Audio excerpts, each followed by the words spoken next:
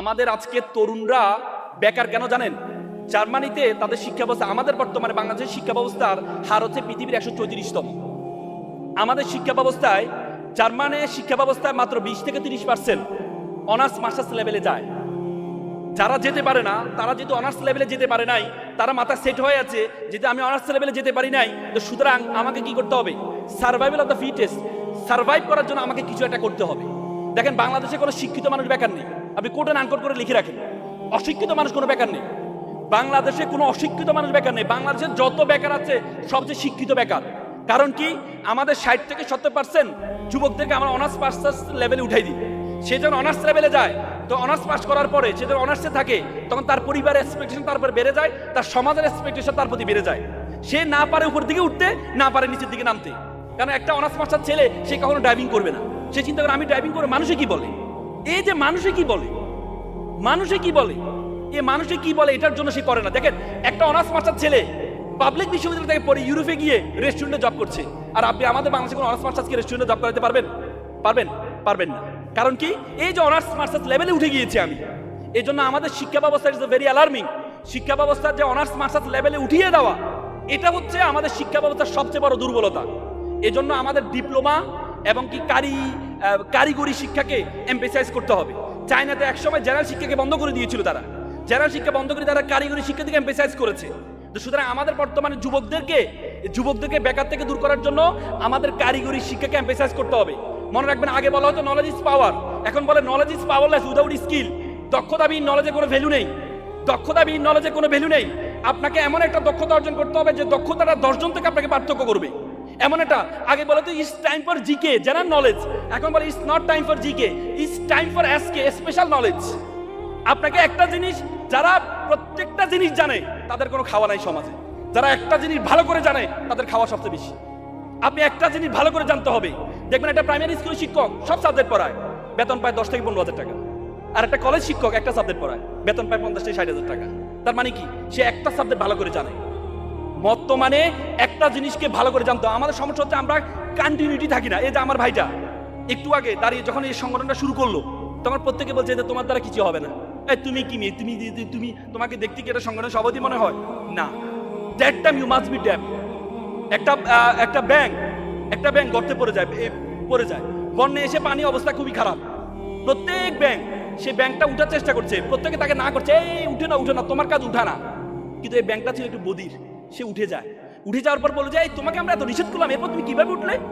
তুমি আমাকে নিষেধ করেছিলে, আমি তো ভেবেছিলাম তুমি আমাকে টাটা দিচ্ছে, উৎসাহ দিচ্ছে, এই জন্য তো আমি উঠে গেলাম। তার মানে আপনি যখন কোনো কাজ করতে যাবেন, আমাদের বাঙালি স্বভাব, যেমন পৃথিবীতে এত খেলা থাকতে হাডুডু কেন আমাদের জাতীয় খেলা বলেন তো? পৃথিবীর এত খেলা থাকতে হাডুডু কেন আমাদের জাতীয় খেলা? একজন আগাবে, 5 জন পিছনে ধরে রাখবে, আবার একজন দাঁড়িয়ে থাকবে, 5 জন সে খোঁজা করবে, হা ডু ডু কিরে বেটা। মানে আপনি আগালেও সমস্যা, আপনি দাঁড়িয়ে থাকলেও সমস্যা। আর জার্মানের জাতীয় খেলা কি? ফুটবল। কেন ফুটবল জাতীয় খেলা? জার্মানিরা মনে করে ফুটবলকে লাথি মারে কেন বলেন তো? আমরা ফুটবলকে লাথি মারি কেন? কে বলতে পারবে ফুটবলকে কেন লাথি মারি? হ্যাঁ, আচ্ছা, ফুটবলের ভিতরে যদি কিছু থাকে কেউ লাথি মারবেন? ধর ফুটবলের ভিতরে পাথর আছে, লাথি মারবেন? ফুটবলকে লাথি মারা হয়, ফুটবলটা ফাঁপা খালি, এই জন্য লাথি মারে। পাথরকে কোনো লাথি মারতে দেখছেন? কেন লাথি মারে না? জার্মানিরা মনে করে তুমি যদি ফাঁপা হও, তোমার ভিতরে যদি কিছু না থাকে, তাহলে তুমি মানুষের লাথি খাবা। আর তোমার ভিতরে যদি কিছু থাকে, তাহলে কেউ তোমাকে সাহস করবে লাথি মারতে। বলা হয় তাকে, আপনি যদি সফল হন, পুরো পৃথিবী আপনার সাথে অ্যাডজাস্ট করবে, আর আপনি যদি ব্যর্থ হন, পুরো পৃথিবী আপনার সাথে অ্যাডজাস্ট করবে। আপনাকে আজকে সমাজে দেখেন, আমরা সুটেড বুটেড পরে থাকি না? আপনি যদি ব্যর্থ হন, এই সুটেড বুটেড একটা পরিহাসে পরিণত হবে। আর আপনি যদি সফল হন, আপনার ছেঁড়া পাঞ্জাবি একটা ইতিহাসে পরিণত হবে। আমরা সবসময় সিংহাসন খুঁজি। সিংহাসন দরকার নাই, সিংহ হন, যেখানে বসবেন সেটাই সিংহাসনে পরিণত হবে। বড় হন।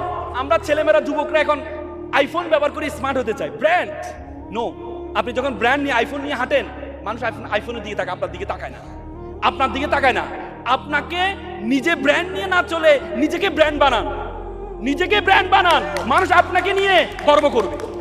এজন্য যুব সমাজের মধ্যে এই জিনিসটা দরকার যে আমাদেরকে নিজেকে ব্র্যান্ড বানাইতে হবে, নিজেকে যোগ্য বানাইতে হবে। যদি আপনি যোগ্য না বানান, থিঙ্কিং কন্টিনিউটি। এ আমার ভাইটা 7 বছর ধরে লেগেছিল, লেগে থাকার কারণে আজকে এত সুন্দর একটা প্রোগ্রাম আয়োজন করতে পেরেছে। কন্টিনিউটি। পৃথিবীর সবচেয়ে বেশি স্বর্ণপদক পেয়েছে কে জানেন? মাইকেল ফেলিপস, আমেরিকার একজন সাঁতারু। 28টা অলিম্পিকে 23টা মেডেল পেয়েছে। তাকে বলা হয়েছে যে আপনি যে 23 বার স্বর্ণপদক পেয়েছেন, এশিয়াতে 23টা স্বর্ণপদক কে? সবাই মিলে আমাদের এশিয়াতে 23টা স্বর্ণপদক নেই। একই মাইকেল ফেলিপস, সে 23টা স্বর্ণপদক পেয়েছে। তাকে জিজ্ঞেস করেছে আপনি 23টা স্বর্ণপদক পাওয়ার উদ্দেশ্য কিভাবে পেয়েছেন? সে বলেছে আমি প্রতিদিন 3-4 ঘন্টা সাঁতার করি। 3-4 ঘন্টা? হ্যাঁ, প্রতিদিন, মাত্র 3-4 ঘন্টা। সে বলে প্রতিদিন। তখন বলো প্রতিদিন? প্রতিদিন মানে প্রতিদিন, রেগুলার মানে রেগুলার। আমার আজকে বিয়ে, সেদিনও আমি 3 ঘন্টা সাঁতার কেটেছি। আমার আজকে অ্যাওয়ার্ড সিরিমনি, সেদিনও আমি 3 ঘন্টা সাঁতার কেটেছি। আমার আজকে 101 ডিগ্রি জ্বর, সেদিনও আমি 3 ঘন্টা সাঁতার কেটেছি। রেগুলার মানে রেগুলার। আমার বড়দিন, আজকে বড়দিন, সেদিনও আমি 3 ঘন্টা সাঁতার কেটেছি। রেগুলার মানে রেগুলার, মানে কন্টিনিউটি ইজ ভেরি ইম্পর্টেন্ট। আমরা লেগে থাকি না, আমরা লেগে থাকার মানসিকতা নাই। বলা যায় লেগে থাকো সবভাবে, স্বপ্ন জয় তোমারই হবে। আমরা সে লেগে থাকতে পারি না। আজকে আমার ভাইটা, আমি সম্মান রেখে বলছি, যে লেগেছিল। আমরা সবসময় আমাদের উইকনেসের দিকে তাকাই। আল্লাহ তাআলা পৃথিবীতে কোনো মানুষ তৈরি করে নাই যাকে উইকনেস দেয় নাই। আল্লাহ তাআলা কোরআনে বলেছেন লাকাদ খালাকনাল ইনসানা ফিল কাবাদ, আমি মানুষকে দুঃখ কষ্টের মধ্যে সৃষ্টি করেছি। দুঃখ, আমরা পৃথিবীতে আসছি কেন জানেন? অপরাধ শুরু বাসি, শাস্তি শুরু বাসি। আদম আলাইহিস সালাম, ওনাকে বলেছে এটা খেও না, খেয়েছে, শাস্তি স্বরূপ পৃথিবীতে পাঠিয়ে দিয়েছে। দুইজনকে দুইজন, হাওয়াকে এক জায়গায় পাঠিয়েছে, আদম আলাইহিস সালামকে এক জায়গায় পাঠিয়েছে। কি স্বরূপ? শাস্তি স্বরূপ। শাস্তি স্বরূপ পৃথিবীতে এসে আপনি কি বলবেন সবকিছু বলে বেটে মিলে যাবে? মানে আপনার সব স্ট্রেংথ থাকবে, কোনো উইকনেস থাকবে না? না, আপনার উইকনেসও থাকবে, স্ট্রেংথও থাকবে। আমরা সবসময় আমাদের উইকনেসের দিকে তাকাই। আমি চিন্তা করি আমি তো দেখতে ভালো না, আমার দ্বারা কি কিছু হবে? এই আমি যে দেখতে ভালো না, আমি তো ভালো কথা বলতে পারি না। এই যে কথা বলতে পারে, স্টেজে দাঁড়ালাম, আমার ভাইটা উইথ ডিউ রেসপেক্ট, আমার ভাইয়ের প্রতি সম্মান রেখে বলছে, স্টেজে দাঁড়ালো, কত কষ্ট হচ্ছে। কিন্তু সে যদি চিন্তা করতো আমি যদি কথা বলতে পারি না, সুতরাং আমার দ্বারা একটা সংগঠন চালানো সম্ভব না, তাহলে ওনার দ্বারা জীবন কিছু হবে না। মুসা আলাইহিস সালাম আল্লাহ তাআলার প্রিয় রাসূল, যে রাসূলের যে কোনো দোয়া আল্লাহ কবুল করেছে। মুসা আলাইহিস সালাম একদিন আল্লাহর কাছে দোয়া করেছে, আল্লাহ আমি আপনাকে দেখতে চাই। আল্লাহ সেটাও ব্যবস্থা করে দিয়েছে। মুসা আলাইহিস সালামের মুখে জড়তা ছিল, সবসময় একটা দোয়া পড়তেন, রাব্বি শাহলি সদরি ওয়া ইয়াসসির লি আমরি ওয়াহলুল উকদাতা বিল লিসান। হে আল্লাহ, আমার জিহ্বাকে তুমি সাবলীল করে দাও। ওয়া আকে হারুন, আমার ভাই হারুন কে তুমি তো আমার সহকারী বানিয়ে দাও। আল্লাহ তাআলা সেটাও কবুল করেছে। হারুন আলাইহিস সালামকে নবী বানিয়ে দিয়েছেন। হারুন আলাইহিস সালাম চমৎকার কথা বলতে পারত। তার মানে মুসা আলাইহিস সালাম আল্লাহর এত প্রিয় রাসূল, সে রাসূলের কি ছিল? উইকনেস ছিল। আর আমরা মনে করি আপনাকে আল্লাহ তাআলা সব স্ট্রেংথ দিবে, উইকনেস দিবে না। উইকনেস দিবে না। মিস্টার বিন নাম শুনছেন না? মিস্টার বিন অক্সফোর্ডের ছাত্র ছিল, খুব স্বপ্ন নাটক করবে। পরে অক্সফোর্ড থিয়েটারে ভর্তি হয়। থিয়েটার তাকে একটা ডায়লগ দেয়, সেই ডায়লগটা বলতে পারে, মুখে জড়তা। তখন অক্সফোর্ড থিয়েটার তাকে বের করে দেয়, ডায়লগ বলতে পারে না, তোমার দ্বারা কিছু হবে না। মিস্টার বিন চিন্তা করলো আমি যদি ডায়লগ দিতে পারি রে, আমি এমন একটা অভিনয় করবো যে অভিনয় কোনো ডায়লগ দিতে হবে না। 3 বছরের মাথায় মিস্টার বিন এত বেশি নন্দিত হয়েছেন, পরবর্তীতে অক্সফোর্ড থিয়েটার তাকে নিয়ে পুরস্কৃত করেছে। তার মানে কি ভাবেন আপনি? আপনার সব কি স্ট্রেংথ থাকবে? আল্লাহ তাআলা কোরআনে বলেছেন আমি পৃথিবীতে যা কিছু আছে, ওয়ামা খালাকনাস সামা ওয়ামা বাইনাহুমা বাতিলা, আমি আসমান এবং জমিনে যা কিছু সৃষ্টি করেছি, ওয়ামা বাইনাহুমা বাতিলা, কোনো কিছু অনর্থক সৃষ্টি করেনি। আপনাকে আমাকে অনর্থক সৃষ্টি করে নাই। আপনাকে আমাকে একটা কাজের জন্য সৃষ্টি করেছে, সে কাজটা পর্যন্ত যেতে পারি নাই বলেই আমরা মনে করি আল্লাহ তাআলা আমাকে অনর্থক সৃষ্টি করেছেন। মনে রাখবেন, প্রত্যেকটা ফুল ফুটার আলাদা একটা সময় আছে। প্রত্যেকটা, আজকে যদি আপনি দেখেন বারাক ওবামা 45 বছর বয়সে প্রেসিডেন্ট হয়েছে, 55 বছর বয়সে 10 বছর প্রেসিডেন্ট থেকে অবসরপ্রাপ্ত হয়েছেন। ট্রাম্প বর্তমান প্রেসিডেন্ট 83 বছর বয়সে প্রেসিডেন্ট হয়েছে। ট্রাম্প যদি মনে করতো বাচ্চা বলা 45 বছর প্রেসিডেন্ট হয়েছে, আমার এই জীবন রেখে লাভ নেই, আমি তো প্রেসিডেন্ট হইতে পারবো না, আমার এই জীবন রেখে লাভ নেই, তাহলে ট্রাম্প নিজেকে গর্দভ মনে করত। কিন্তু ট্রাম্প, প্রত্যেকটা ফুল ফুটে আলাদা একটা সময় আছে। আপনাদের প্রত্যেকের আলাদা একটা সময় আছে। আপনি সেই সময় পর্যন্ত যেতে পারেন নাই বলে আপনি মনে করেন আল্লাহ তাআলা আপনাকে অনর্থক সৃষ্টি করেছে। এই জন্য আল্লাহর ওয়াস্তে নিজেকে বড় ভাবেন। এপিজে আব্দুল কালাম প্রতিদিন সকালে ঘুম থেকে উঠে বলতে আই এম দ্য বেস্ট, আমি সেরা। বলতে আই এম দ্য বেস্ট, আমি সেরা, আই এম দ্য উইনার, আমি বিজেতা। তিনি বলে আই ক্যান ডু ইট, আমি যে কোনো কিছু করতে পারি। গড ইজ উইথ মি, সৃষ্টিকর্তা আমার সাথে আছে। টুডে ইজ মাই ডে, আজকে আমার দিন। এই 5টা বাক্য প্রতিদিন সকালে বলতে। কেন বলতে জানেন? আজকে আমরা সবসময় সমস্যা হচ্ছে সমাজ, আমি নিজেও নিজের সম্বন্ধে ধারণা নেই। আমি নিজেও নিজের সম্বন্ধে, আপনি জানেন 2006 সালে একটা অপটিক্যাল ফাইবার স্টেশন করা হয়েছে বাংলাদেশের কক্সবাজারে। এই অপটিক্যাল ফাইবার একটা তার, যেটা Portugal, Spain, Singapore, Malaysia, Filipino আমাদের কক্সবাজারের সাথে যুক্ত হয়েছে। একটা তার, অপটিক্যাল ফাইবার কেবল। এই কেবলের দূরত্ব ছিল 17,500 কিলোমিটার। এই একটা কেবল দিয়ে পুরো পৃথিবীটা আমাদের হাতের মুঠে চলে আসছে। পুরো পৃথিবীটা আমাদের হাতের মুঠে চলে আসছে একটা কেবল। আজকে আমেরিকা কি করছে আমরা এখান থেকে দেখতে পাচ্ছি, এখানে কি করছে আমেরিকা দেখতে পাচ্ছি। সে একটা কেবল কি, একটা বিজ্ঞান বলে আমাদের মাথায় 2 কোটি নার্ভ আছে, 2 কোটি তার আছে। বলা হয় একটা তারকে আরেকটা তারের সাথে যুক্ত করা হয় তাহলে 2 লক্ষ কিলোমিটার হবে। 17,000 কিলোমিটার দিয়ে পুরো পৃথিবীটা আমাদের হাতের মুঠে চলে আসছে। 2 লক্ষ কিলোমিটার নার্ভ আপনার মাথা আল্লাহ তাআলা দিয়েছে, এটা দিয়ে পুরো বিশ্ব জগৎ আপনার হাতের মুঠের মধ্যে চলে আসবে। ধারণা আছে বিশ্ব জগৎ সম্বন্ধে? এই পৃথিবীর আয়তন কত জানেন আপনি? 52 কোটি বর্গ কিলোমিটার। এই পৃথিবীটা যে সূর্যটা আমরা দেখতে পাই, এই সূর্যের মধ্যে যদি ঢুকিয়ে দেওয়া হয় 13 লক্ষ পৃথিবী ঢুকিয়ে দেওয়া সম্ভব। কত লক্ষ? 13 লক্ষ। সূর্য একটা নক্ষত্র। বলা হয় তাকে এই বিশ্ব, এই জগতে একটা নক্ষত্র আছে, তার নাম হচ্ছে জোয়েস ব্যাটল। জোয়েস ব্যাটল যে নক্ষত্র আছে, এই নক্ষত্রে যদি সূর্য ঢুকিয়ে দেওয়া হয় 33 কোটি সূর্য ঢুকিয়ে দেওয়া সম্ভব।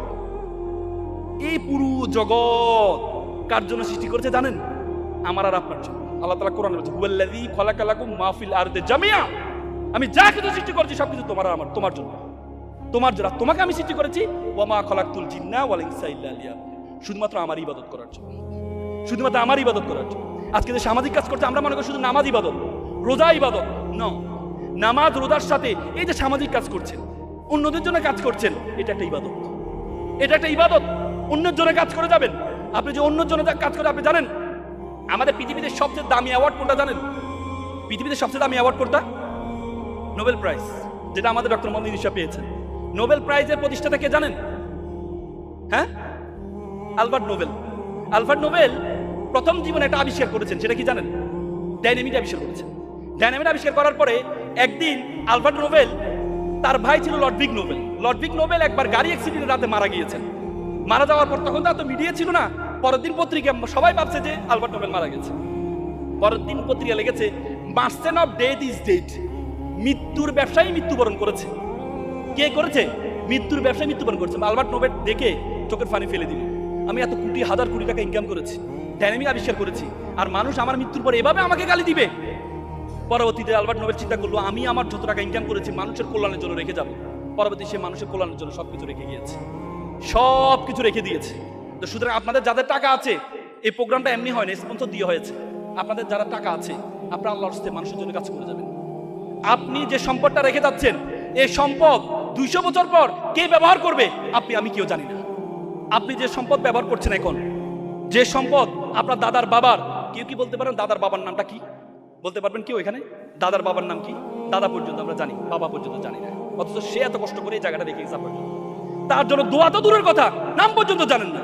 আপনি মনে করেন 200 বছর পরে আপনি যে সম্পদ রেখে যাচ্ছেন, এই যে সম্পদ রেখে যাচ্ছেন, আপনার পরবর্তী জেনারেশন আপনার নাম নিবে? দোয়া তো দূরের কথা। তুই কার জন্য রেখে যাবেন? কারোর জন্য নয়, মানুষের জন্য রেখে যান। মানুষের জন্য করে যান, মানুষের জন্য করে যান।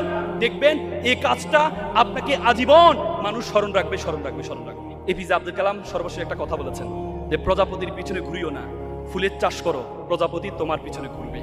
মনে রাখবেন, ফুলের চাষ করবেন। পুরুষ মানুষ এখানে যারা আছেন মনে রাখবেন, সুন্দর ক্রিম লাগালেন।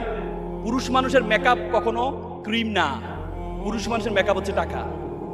পুরুষ মানুষের মেকআপ হচ্ছে টাকা। পুরুষ মানুষ যত ক্রিম লাগান রে ভাই, যত ক্রিম লাগান আপনি, আপনাকে কেউ সম্মান করবে না। আপনার মেকআপ হচ্ছে টাকা, সেটা উপার্জন করেন, সেটা উপার্জন করেন। এপিজে আব্দুল কালাম বলেছে, আমি একটি কাঠবিড়ালি পুষেছিলাম, বড় হবার চলে গেল। আমি একটি পাখি পুষলাম, বড় হবার চলে গেল। পরে একটি গাছ রোপণ করলাম, দেখি পাখি কাঠবিড়ালি দুটি আবার ফিরে আসছে। টাকা ইনকাম করেন, তারা এখন আপনাকে থেকে চলে যাচ্ছে, আপনাকে পছন্দ করছে না, প্রত্যেকেই আপনার জন্য ফিরে আসবে, ফিরে আসবে, ফিরে আসবে। ভালো থাকবেন, সুস্থ থাকবেন। আসসালামু আলাইকুম।